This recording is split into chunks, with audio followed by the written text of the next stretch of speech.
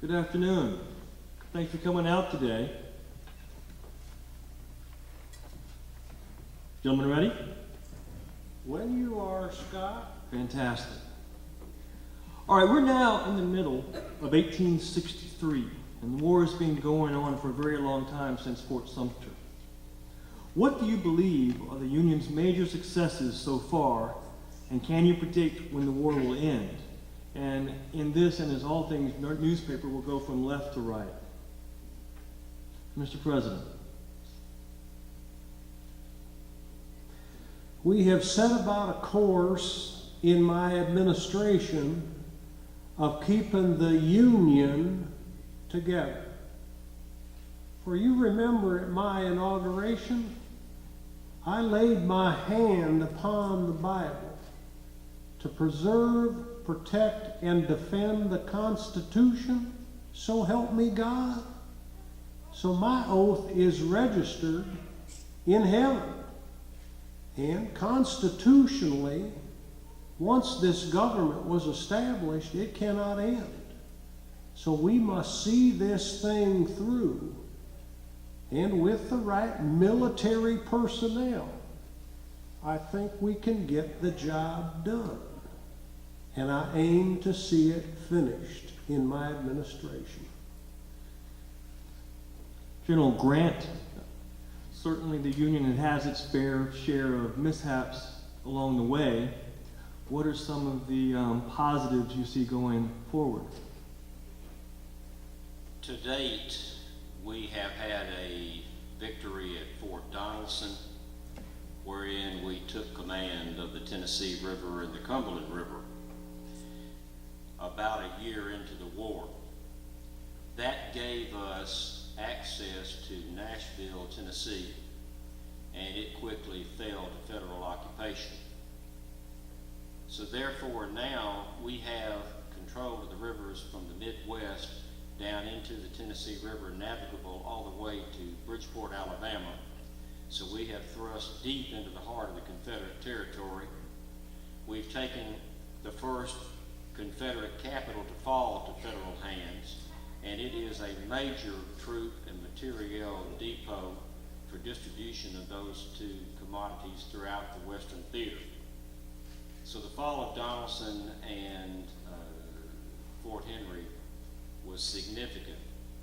Then we had the victory at Shiloh and met the Confederate forces with the best they had, Albert Sidney Johnston, the most that they could muster against us, 44,000, and they fought like fury, and we prevailed.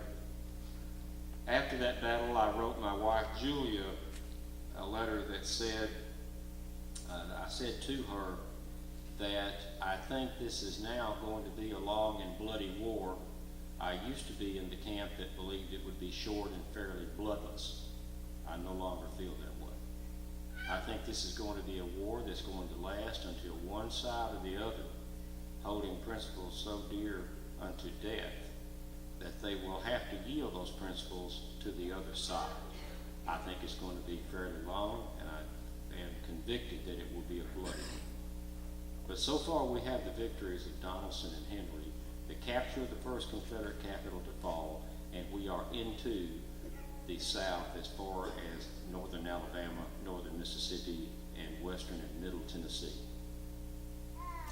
Mr. Douglas, General Grant just said that at one time he expected the war to be a relatively short and bloodless affair.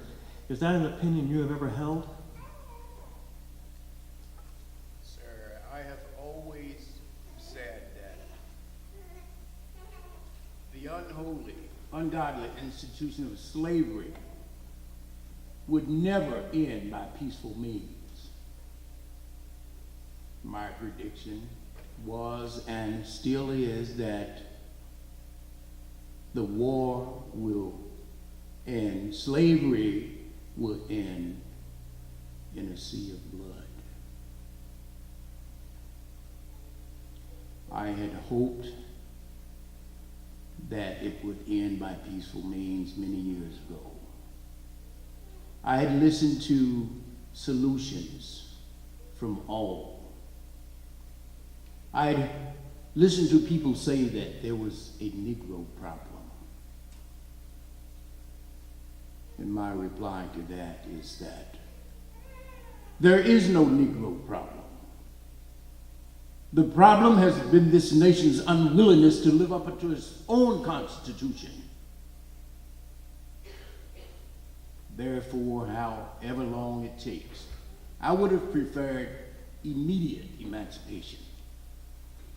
But if it ends tomorrow, or if it ends a year from tomorrow, or even longer, as long as it takes to eradicate slavery from this nation, in order that my people will experience freedom, is as long as it will take.